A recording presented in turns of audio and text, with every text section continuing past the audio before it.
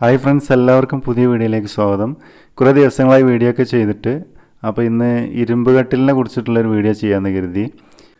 ഇപ്പോൾ കൂടുതൽ ആളുകളും ഇരുമ്പ് കട്ടിലാണ് വീടിന് വെക്കുന്നത്.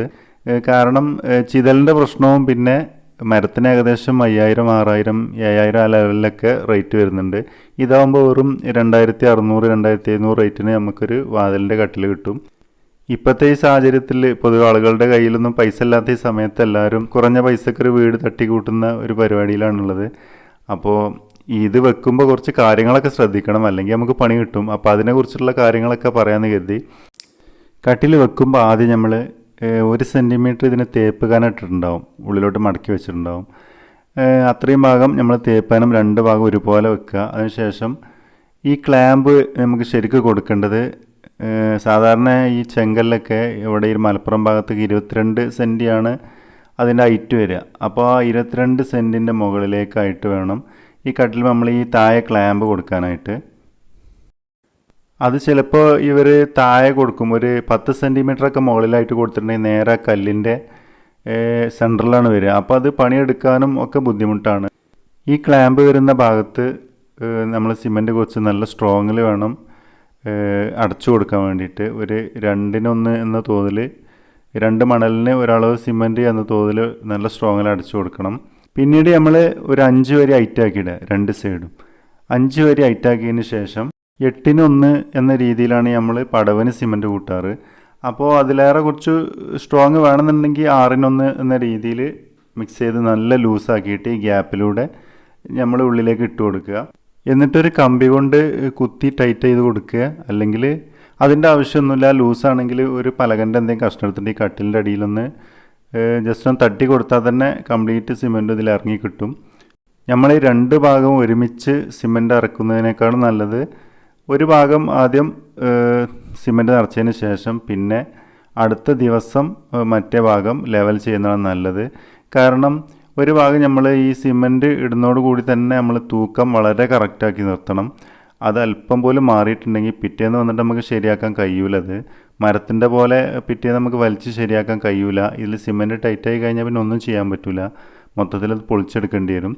അപ്പോൾ ഒരു ഭാഗം തൂക്കി ലെവലാക്കി നിർത്തിയതിന് ശേഷം വേണം നമ്മൾ ഈ സിമൻറ്റ് ഇതിലേക്ക് ലൂസാക്കി ഇടാൻ വേണ്ടിയിട്ട്. അതിന് ശേഷവും നമ്മളൊന്നും പാടെ തൂക്കം നോക്കി ഉറപ്പ് വരുത്തണം.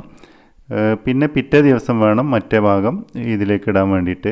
ഇനി ഒരു പ്രാവശ്യം തന്നെ ഇടാം, പക്ഷേ ഒരു ഭാഗം നമ്മൾ ക്ലിയർ ചെയ്യുന്ന സമയത്ത് മറ്റേ ഭാഗം മാറിപ്പോകാൻ പാടില്ല. അത് നല്ലവണ്ണം ശ്രദ്ധിക്കണം.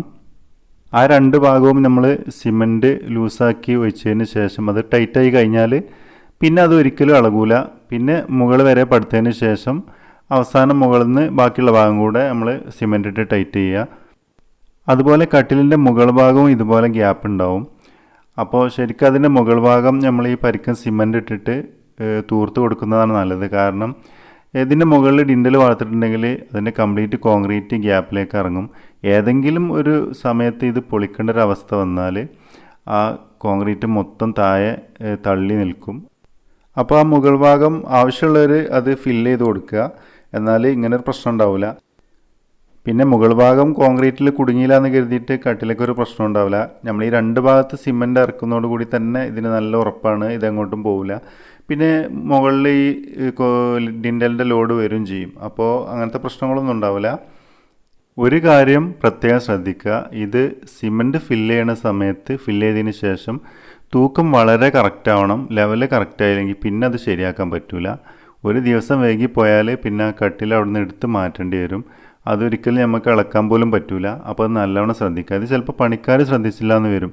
അപ്പോൾ നമ്മൾ ഉടമസ്ഥരാണെങ്കിൽ നമുക്കെങ്കിലും അതിൻ്റെ കാര്യത്തിൽ ശ്രദ്ധ വേണം. ഇതുപോലെ ഇരുമ്പിൻ്റെ ജനലും വരുന്നുണ്ട്. അതിന് ഏകദേശം വില 7000, 8000 രൂപയോളൊക്കെ വില വരുന്നുണ്ട്. ശരിക്കും അത് മരത്തിൻ്റെതാകുമ്പോൾ അവിടെ 10-12 രൂപയോളം വരും. അപ്പോൾ എൻ്റെ അഭിപ്രായത്തിൽ അത് നമ്മൾ പൈസ ചുരുക്കിയിട്ട് ചെയ്യുകയാണെങ്കിൽ സിമൻറ്റിൻ്റെ ജനലാണ് ഏറ്റവും നല്ലത്. 3000 രൂപക്ക് നമുക്ക് 3 കള്ളി ജനൽ കിട്ടും. അതിനൊരു കുഴപ്പമില്ല, ഒരു പരിക്കും പറ്റില്ല. പിന്നെ ഈ കട്ടിൽ നമ്മൾ ഇരുമ്പ് വെക്കാൻ കാരണം അത് സിമൻ്റ് ആക്കിയിട്ടുണ്ടെങ്കിൽ അതിൻ്റെ സൈഡൊക്കെ തട്ടി പൊട്ടി പോവും. പിന്നെ ഈ ഇരുമ്പ് കട്ടിൽ അവർ ടാറ്റയുടെ ഷീറ്റിലാണ് ചെയ്യുന്നത്. അപ്പോൾ ഇതിൽ തുരുമ്പ് വരില്ല. പിന്നെ തുരുമ്പ് വരാൻ സാധ്യത ഉള്ളത് നമ്മൾ ഈ ഈ ജോയിൻ്റ് ഗ്രൈൻഡ് ചെയ്യുന്ന സമയത്ത് അവിടെ നനയുന്ന സമയത്ത് ചെറിയ തുരുമ്പ് വരും.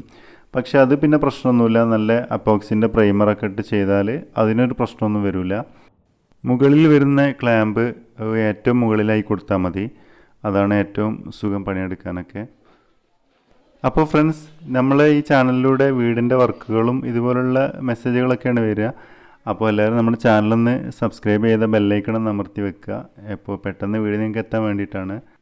അതുപോലെ നിങ്ങൾക്ക് വീഡിയോ ഇഷ്ടപ്പെട്ടിട്ടുണ്ടെങ്കിൽ ഒന്ന് ലൈക്ക് ചെയ്ത് സപ്പോർട്ട് ചെയ്യുക. അപ്പോൾ കൂട്ടുകാരെ, ഇതിനെക്കുറിച്ച് എന്തെങ്കിലും സംശയം ഉണ്ടെങ്കിൽ താഴെ കമൻറ്റ് ചെയ്താൽ മതി, ഞാൻ റീപ്ലൈ തരാം. അപ്പോൾ നമുക്ക് നല്ലൊരു വീഡിയോയുമായി വീണ്ടും കാണാം. താങ്ക്